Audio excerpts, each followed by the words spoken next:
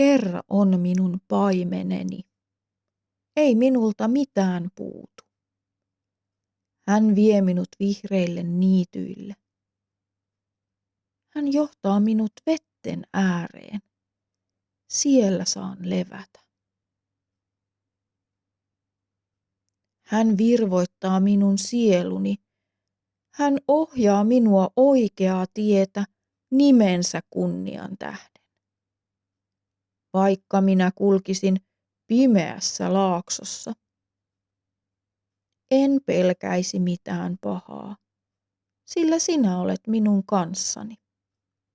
Sinä suojelet minua kädelläsi, johdatat paimen sauvallasi.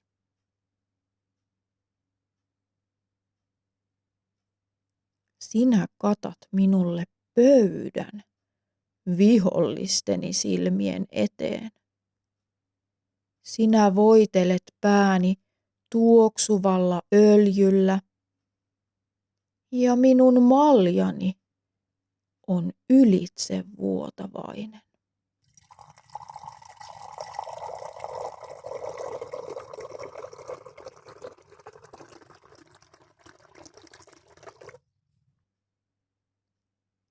Sinun hyvyytesi ja rakkautesi ympäröi minut kaikkina elämäni päivinä, ja minä saan asua Herran huoneessa päivieni loppuun asti. Tänään meillä oli aiheena psalmi 23. Tuo psalmi löytyy Raamatusta ja sieltä tarkemmin Vanhasta testamentista, psalmien kirjasta.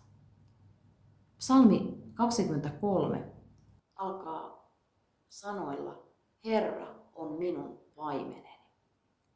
Ja sen on kirjoittanut Daavid.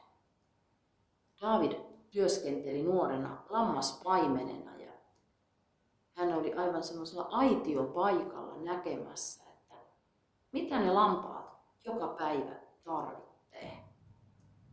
Daavid näki, että lampaat tarvitsee joka päivä ruokaa. Ja että paimenen tehtävänä on johdattaa lampaat viheriäille niityille. Daavid näki, että lampaat tarvitsee joka päivä juotavaa ja paimenen tehtävänä oli huolehtia lampaat virvoittavien vesien ääreen joka päivä.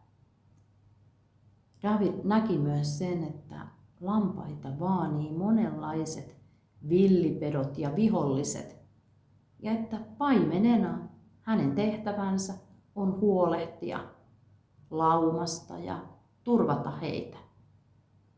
Hätistellä viholliset ja villipedot pois lauman luota. Meitä ihmisiä verrataan usein lampaisiin. Ja lammas, kun se tarvitsee sitä jatkuvaa ohjausta ja huolenpitoa, niin sitä me ihmisetkin tarvitaan. No kuka se meidän paimen sitten on? No se on Jumala, Herra. Ja hän pitää meistä huolen joka päivä. Hyvä paimen huolehtii lampaistaan. Hän huolehtii meistä ihmisistä. Hän antaa meille sen, mitä me joka päivä tarvitaan ja ohjaa meitä. Näyttää meille tietä, näyttää suunnan, mihinkä meidän tulisi mennä ja mitä me tarvitaan. Jeesuksen lampaana on hyvä ja turvallinen olla joka hetki. Hän ei jätä meitä koskaan. Hän ei unohda meitä mihinkään.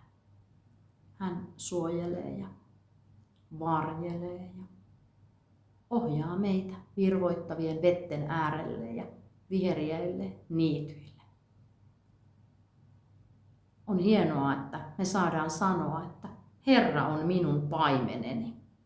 ei minulta mitään puutu.